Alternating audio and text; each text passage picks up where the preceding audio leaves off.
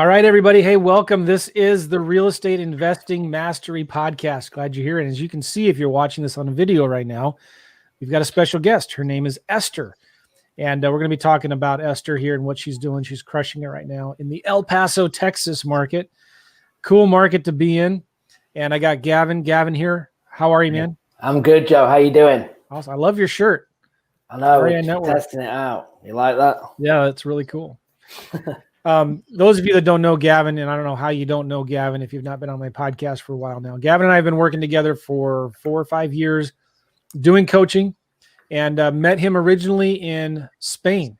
Yes. Is that right? It is. Or had we talked before then? No. So the first, maybe. No, yes, we did. We had a phone conversation. We did. Yes. But you were living in the U.S. We actually met in Spain. I was doing a workshop there in Spain. It was either Barcelona or it was Marbella. Marbella, yes. But anyway, Gavin and I have been working together. He's been helping me in the coaching business. And one of the things that I like about working with Gavin is he's a lot smarter than I am in some areas and most areas. Okay. But I don't know about that. But he's real good with mindset. He's real good with teaching sales skills and how to talk to sellers, how to talk to buyers. Just take massive action. I like to analyze everything and build a spreadsheet and, do all of the CRM stuff. And Gavin's like, screw it. Let's just get on the phone, pick up the phone, call them, talk to them, make them offers, right?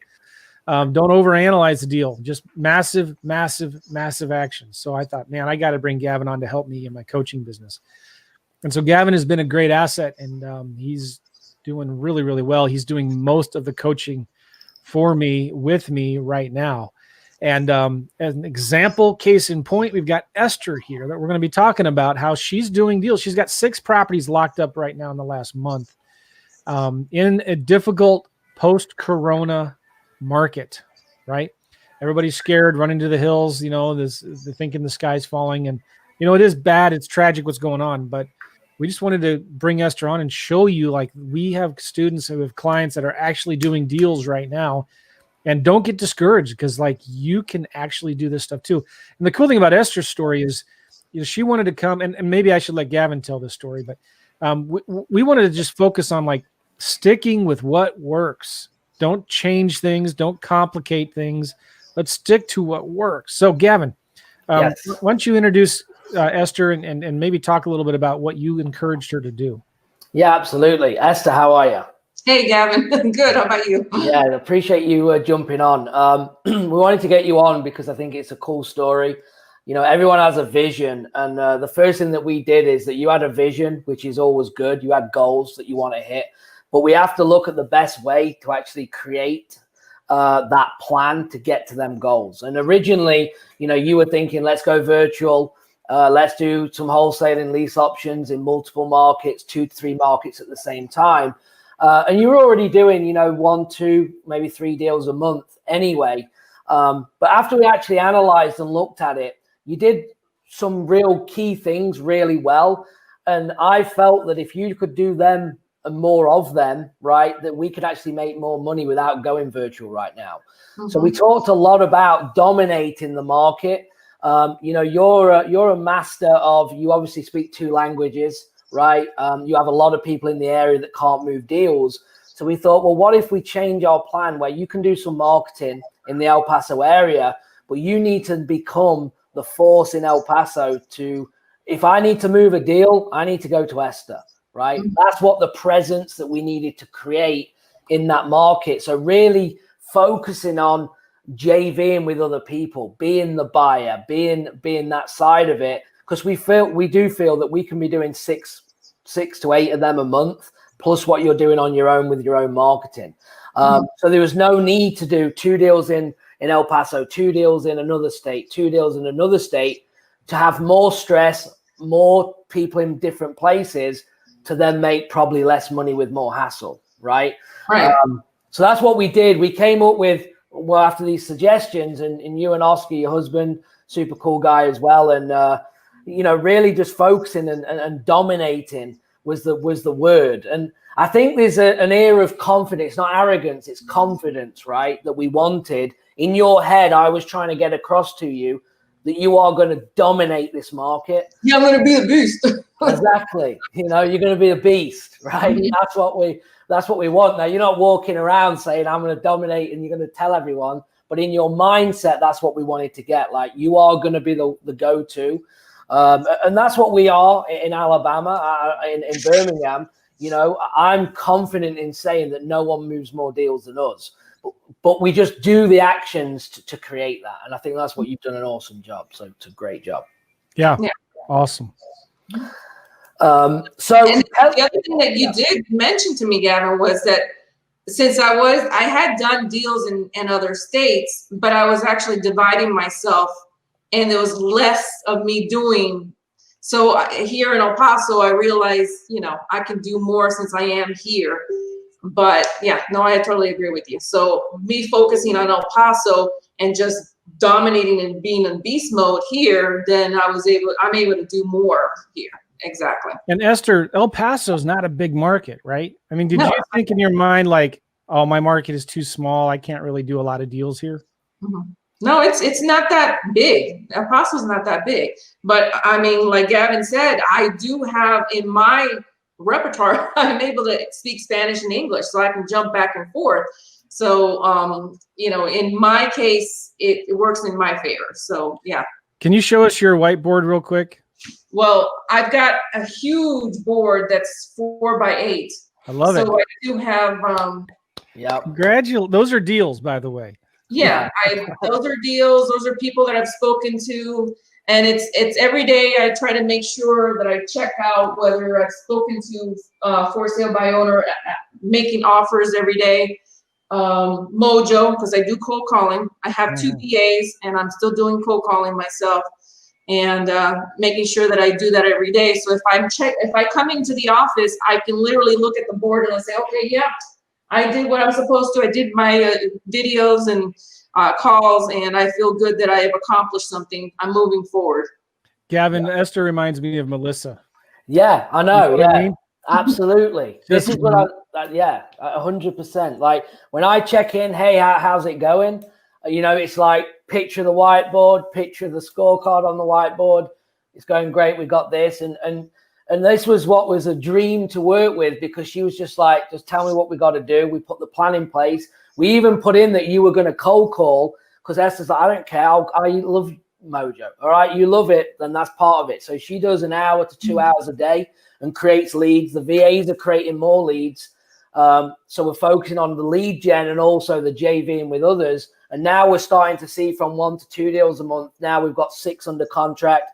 You just closed gross 32,000 last month. So we're moving forward, and it's awesome to see. But I think everyone needs to take away is that you're taking massive action, right? It's not all about me. It's all about you, right? Yeah. When you come up, you're the one that's executing. This is you. And, you know, it's a dream to work with someone like you, because you just get it done. It's a great job. And that's why I said you remind us of Melissa, because she's a dream to work with. Like, she's just an amazing. And if Melissa's out there, and she probably is, I don't see, if you hear Melissa, comment on the video. But anyway, Esther, you kind of came to us and said, I want to do lease options. I want to start doing them virtually. But Gavin spent some time with you, and I was like, nah, you know, I think maybe you should try to focus on what you already know. You're in a great market. You already have experience doing wholesaling. Maybe you don't need REI Simple right now. You already know how to do Podio. Let's stick with what's working, and let's just expand and grow on that. So talk about your process through that. What were you thinking when Gavin was suggesting things like that to you?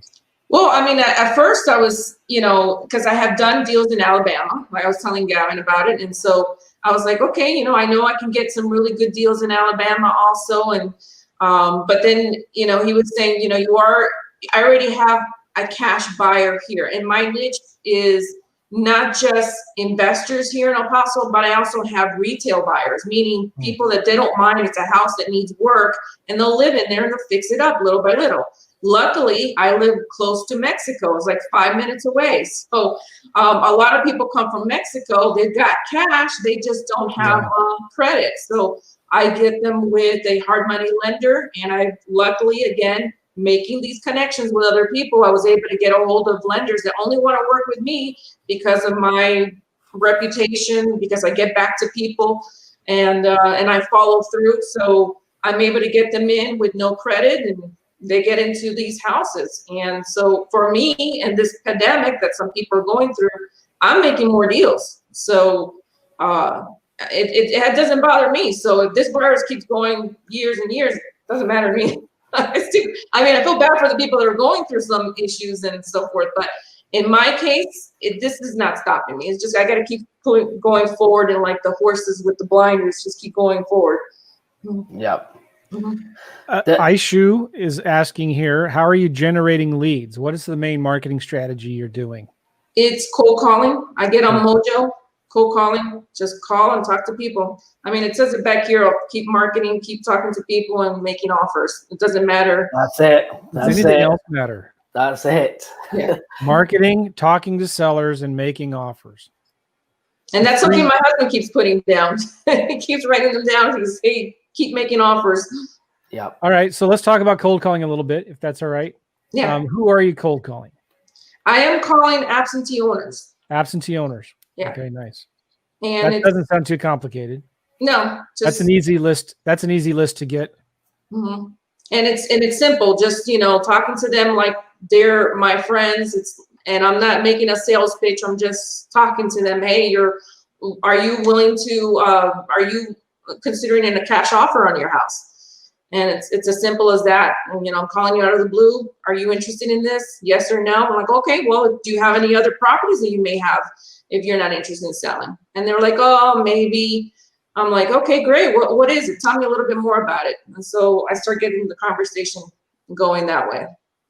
Yeah. Gavin, what kind of list of absentee owners did we pull for Ester? We did equity. We did unknown, 50 to 100% equity, length of residence, unknown, 10 plus years.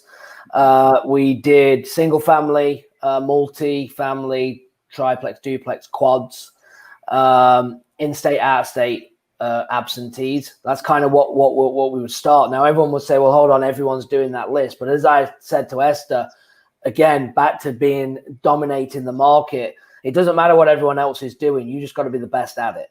And that's it. That's what we do in our market. I don't care if we can give 1,000 people the same list. 1,000 can be cold calling it because that's happening. That's reality in a lot of markets. But if you're the best at it, you have the best system, you're the best on the phone, the best follow-up, people like you, you're going to get the deal. So doing things the right way, the competition's fierce, the competition's out there, but we know, and we're seeing it time and time again, and I'm sure Esther's got stories, a lot of our clients have, and we have personally, it's a follow-up business. No means not now, right? We don't take anything personal. We just keep calling them back until they say yes. And that's the mentality that we try and install with all of our clients. Man, I'm just looking right now in PropStream, and I have just a quick search, over 16,000 absentee owners that own single families and small multifamilies that have owned it for over 10 years, that are individuals. They're not LLCs, so we can actually go in and skip trace them. And so we've just scratched the surface of all the leads that are available for Ester. And we can also there's new technology. It's becoming more and more easily available to skip trace LLCs. So, if we needed to, the point I want to make is, even though El Paso is a small town, there's a lot of opportunity there. There's a lot of tired landlords. And I love talking. I'd much rather talk to a tired landlord than a retail owner that's living in the house that has a lot of emotional attachment to the house, right? Because they're easier. They understand that you're an investor. They understand that you're not going to go see the house, and you're not going to go spend an hour with them, at the kitchen table. It's a business transaction. Do you find, Ester, that just makes it a little easier, doesn't it? Yeah. They're not so attached to the house. They see it as a house, a wall, floors. They don't see the emotional attachments to it. Yeah. Exactly. And they might have other properties. Mm-hmm. They might even become a buyer, right? For other deals. Do you ask them, hey, do you have any interest? Are you looking for more deals to buy? Oh, yeah. Yesterday, I just got 2 more out of cold calling. I got 2 buyers out of them. They were saying, well, I'm not interested in selling, but I'm interested in buying. So I was like, cool. So I got one that was $40,000 cash. And he was like, okay, send me the address. So I shot him the address. And yeah. That's awesome. Love it. Yeah. Esther, I mean, this makes my day. I love talking to people like you that are just doing it. You know, it's like there's one guy I know, I tell the story a lot, Esther. He has and you should keep these numbers, right? And if you're ever hungry for deals, just go through. Carl is correcting me here. El Paso isn't that small. Okay, Carl, you're right. It's in Texas. Everything is big in Texas, right? So fine, El Paso is big. But anyway, you have a Rolodex now of couple hundred phone numbers of players, right? Of wholesalers, property managers, investors, landlords that own properties. So this one guy I know, he has a big list of 100, 200 people that are active in the real estate business. And whenever he wants to do a deal, he just goes through that list and he calls everybody and he asks them 2 questions. Number 1, I'm looking for a deal. Do you have anything you're looking to sell? And then number 2, are you looking to buy anything?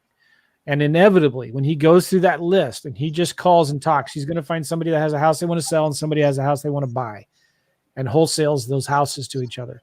So this is so key for everybody listening.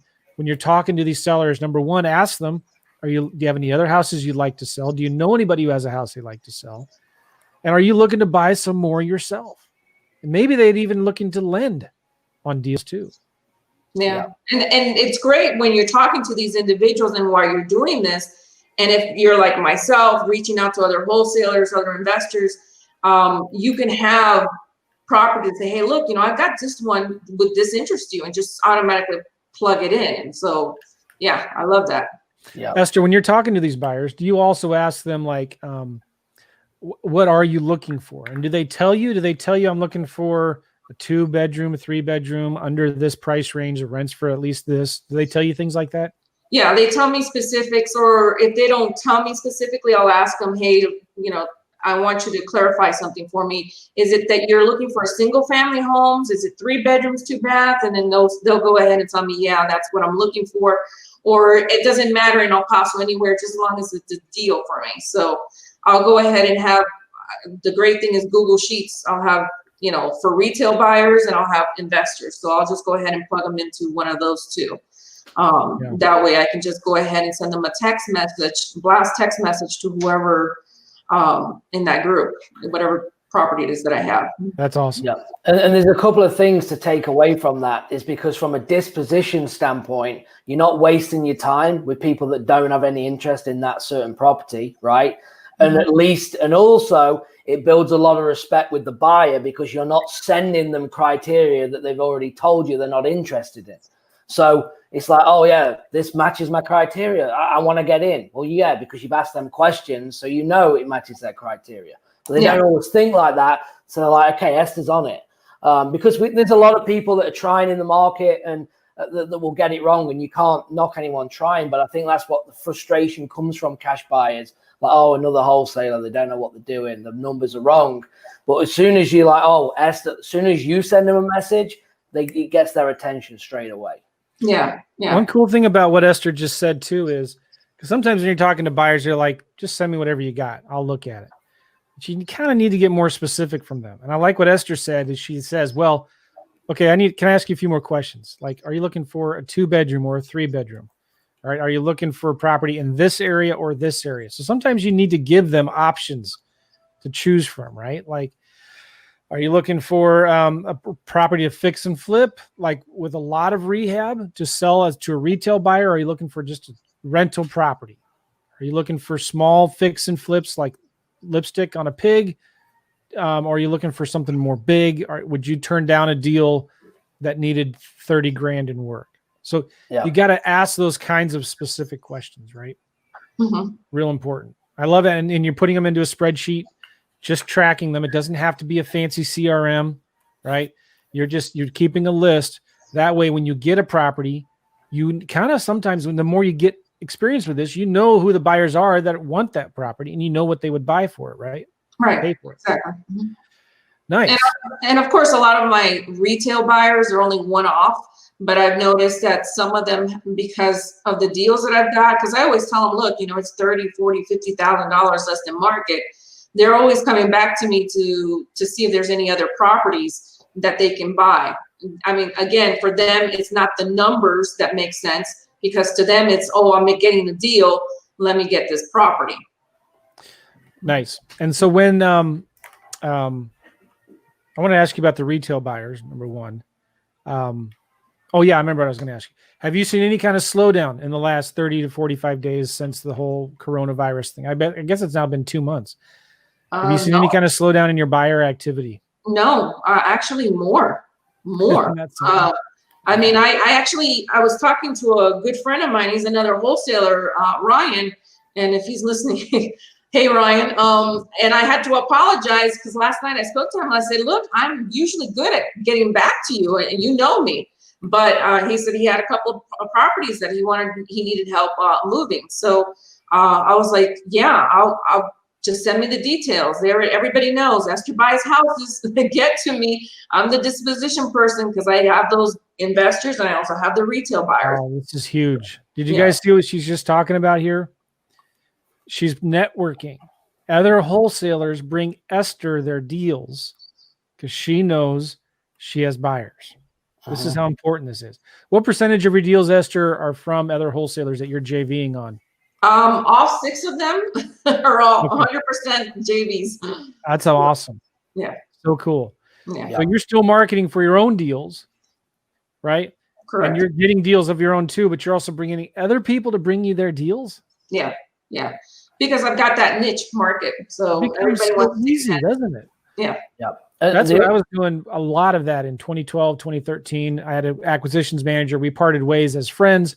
He's still doing that to this day, 7 years later. He doesn't do any marketing for sellers, just as marketing for buyers, and people bring him their deals. That's so cool. Talk about what are on these deals where people bring you sellers or bring you deals. What is your typical JV split with that other wholesaler? 50-50. 50-50. Cool. Now, if it's somebody, I did a deal just recently, and somebody was fairly new, and I was basically helping them with everything. So we agreed on a 60-40 split, 60 my way. So because I did most of the legwork on that. But it was 50-50 most. Ester, I would encourage you to start asking for more. I mean, you deserve it. You have tons of buyers. You have a big network. You have a lot. I think you need to give yourself more credit.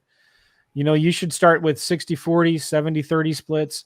When we were doing a lot of these, we had other wholesalers and realtors that were bringing us deals. They were just happy to make $500, $1,000. You know what? Because they're not going to make anything either anyway. Yeah. And it's not too hard to go find out who your buyers are because they're in public records, right? You've done all this work to build these relationships. I think you should be asking for more. Just my opinion. Yeah, well, I think one of the big things as well, Esther, that we changed, and tell me if I'm wrong here, but I think like you were working for like $5,000 as well before we started working together on a few of them, and I was like, absolutely not, right? You need to be getting percentages and a minimums, right? If it's a minimum of 5, right, then yes. If it was like an $8,000 deal and you say, well, I'm not working less than 5, but otherwise you go on percentage. That was one of the big things because I felt you were bringing a value, because don't forget, a lot of the people, and this is what we're trying to change in the marketplace, are bringing you deals because they can't move them because you're getting more money. What we then try to transition is instead of doing that, they just bring them straight to you because you can get a higher price. Everyone makes more money. The wholesaler makes more money because he can't move it anyway locally to a normal cash buyer. You have buyers paying more money. So they bring it to you, you make money, and they make even more money. So, yeah, I agree. But I pushing that. And don't be afraid to start asking for more profit, expecting more profits when you're talking to sellers. You know, I remember the same acquisitions manager when I was working with him. He was so happy to make $3,000 on a deal. He's like, Joe, $3,000. He was making $8 an hour at Home Depot. It's a big deal to make $3,000, and he felt bad and guilty for asking for more money than that. And I said, well, listen, you got to understand, you're exchanging speed and convenience for price. So there are sellers, they don't care that you're helping them by buying their house, right? So get that out of his head. And eventually I said, all right, let's change it. Let's try to get $4,000 on average. Let's just ask for it. And then after that, I said, now let's try to get $5,000. Now let's try to get $7,510. And so sure enough, I mean, just by going into the deal, expecting to make 10 grand, asking for it, you're not going to get it if you don't ask for it. Our average profits went from 2 or 3 grand up to $7,500, $8,000 by the time that we parted ways. Wow. And we had some deals where we were making 15 grand, you know, but just got to start expecting that and asking for it, and it'll start happening, you know? Mm-hmm. Absolutely. By the way, Carl Randall says here, Ester rocks. Hey, Carl, thanks. Somebody else here is watching from Virginia. Awesome. I want to talk real quick about Podio and REI Simple. So when you started, you wanted to start using REI Simple because obviously I talk about it a lot and I show it on all my videos and it looks amazing.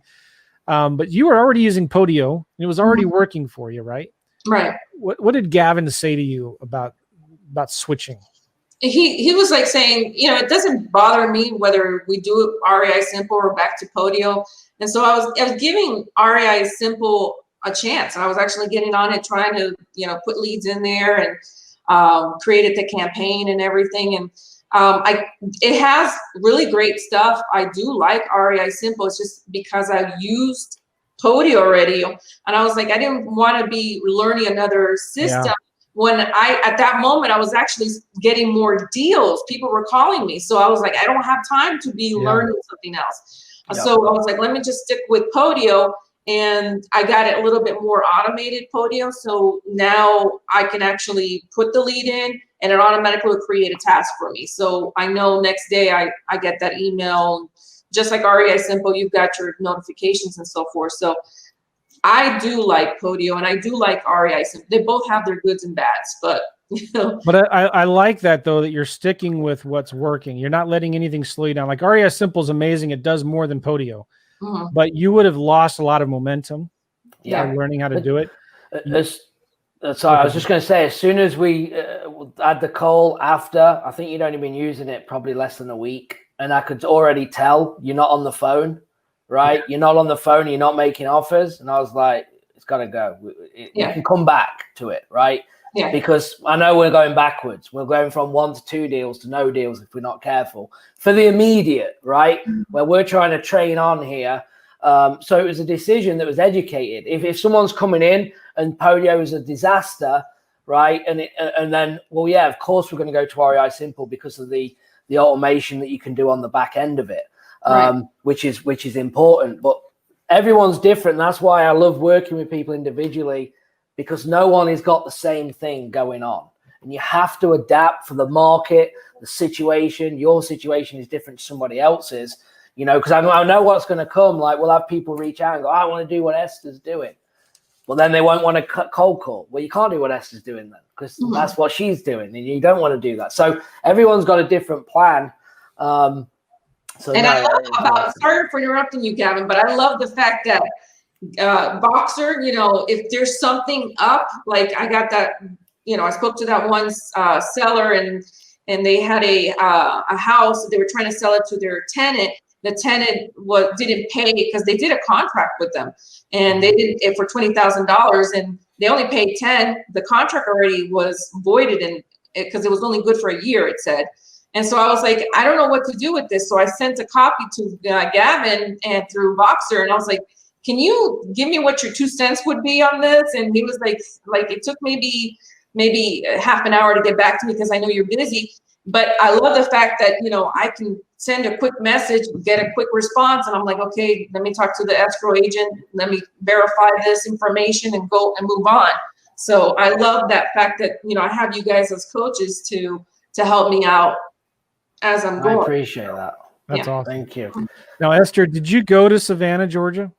Yeah, I did before they locked everybody up. So we were able to go and spent the whole day with Gavin. It was good and very informative. The day went by like that. And then we were lucky enough to leave the next day because they were shutting down everything. Yeah, you nearly got stuck, didn't you? I mean, it was like, I didn't even know if the flight was going to go ahead to get you out of Savannah. It was right on the wire. And that's what's cool now. Like, I've learned a lot because, you know, when you came in, it's like a whirlwind. It is. I mean, we are going at 100 miles an hour, right? We're getting stuff done. And it's just like, it's happening. and we're doing a lot now on the virtual side. And the good thing is why I do like the virtual is because everyone's got a different learning style and ability. So I can go full in and do hours and knock it out. Or we can do like, okay, we're going to do an hour. We're going to come back tomorrow. We're going to work this. You do that. We're going to get back on. So I can now actually structure things depending on each individual and how they take in information. So it works great as well. But yeah, it was a lot of fun having you guys in. And something else I learned from you, Gavin, Profit First, that book. Oh my God. I was like, because I've been in this business for 3 years. Oh yeah, this was huge. Talk about this. This was blowing my mind. I was like, what? I mean, if I didn't get anything from you guys, you and Joe, I was like, this was like, Profit First. I never paid myself. So when I got that book and we saw the movie on YouTube or something like that, you can look it up. And I was like, as soon as I got my first deal after I met you, Gavin, I went ahead and I allocated some money for myself, allocated some money for profits and taxes. And I was like, damn, I should have done this. Somebody should have told us this years ago. Yeah. I remember that. It blew my mind. I was like, oh yeah, you did like a ton of deals like over the year and a half. And you're like, I don't pay myself. I was like, wait, hold on a minute. Hold on. Yeah, no, I made 6 figures last year and I did not pay myself. Yeah. So that's got to tell you something. Yeah. So yeah. I remember that. I was like, no, you get paid before anyone gets paid. So that's so good, Esther. Because you have to feel like this is mine. I've earned this, because that's what's going to drive you, right? Not everyone's money driven, but it does. You'd like to see the efforts that you can do things with a family or put it back into the business or do whatever you enjoy. But if you're not paying, you're busting it to make sure everyone else makes money. Absolutely not. So yeah, I'm glad you brought that up, because that was. Oh man, big. If you guys have not read that book, if you're watching or listening to this, it's called Profit First by Mike McCall. Don't worry about spelling his last name. Just look up Profit First. Get the book. Takes you a few hours to read it.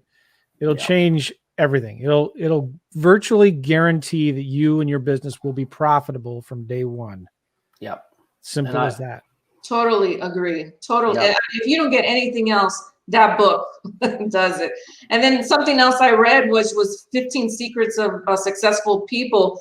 I learned now that I'm more busy because I'm trying to get more buyers and for all these deals, I learned to allocate again my time, because time you can never get it back, but you can always return. You can always get your energy back. So I'll go ahead and set my little timer for 45 minutes. I'll do focus energy with speaking to sellers, revenue generating activities like Joe always says. Yeah, talking to sellers and talking about buyers. So I always focus on that, and then I'll take 15 minutes break, go to the bathroom, stretch, exercise, talk to the kids, and then I get back in and start again. So I feel a little bit more energized and I keep going. So what was the name of that book, Esther? 15 Secrets of Successful People. Nice. Awesome. I'm going to write that one down. Yeah.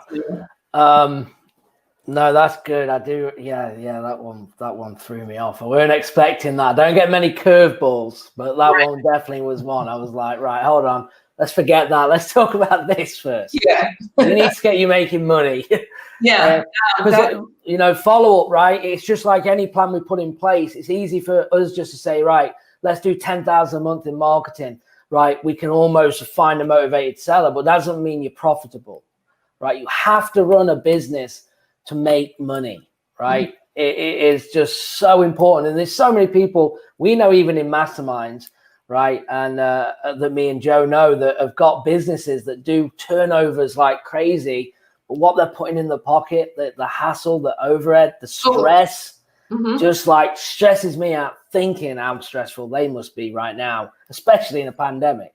My husband just sent me a message just now. It's 15 Secrets of Successful People for Time Management. Okay, really? Okay.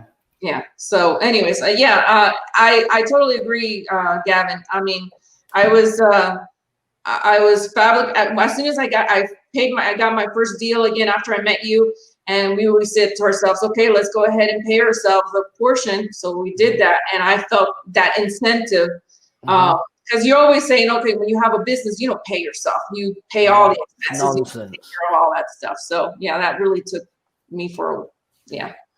All right. So real quick here, guys, if you're interested in working with me and Gavin, just go to this link right here, reinetwork.com/coaching, reinetwork.com/coaching. And we have a link for that in the description of the video here on Facebook and YouTube and in the podcast. But again, reinetwork.com/coaching.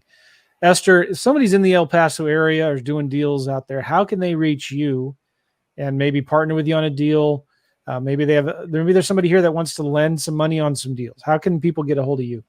You can reach me by 915-320-6774. 915-320-6774. You can reach me on Facebook, YouTube. It says Ester Buys Houses. Esther without the H. ESTER. Yeah, I'm always with the yellow shirt that says Ester Buys Houses. Today I just have to have a blue shirt. Everything's yellow and black. And this explains why Esther does a lot of deals, because she answers her phone.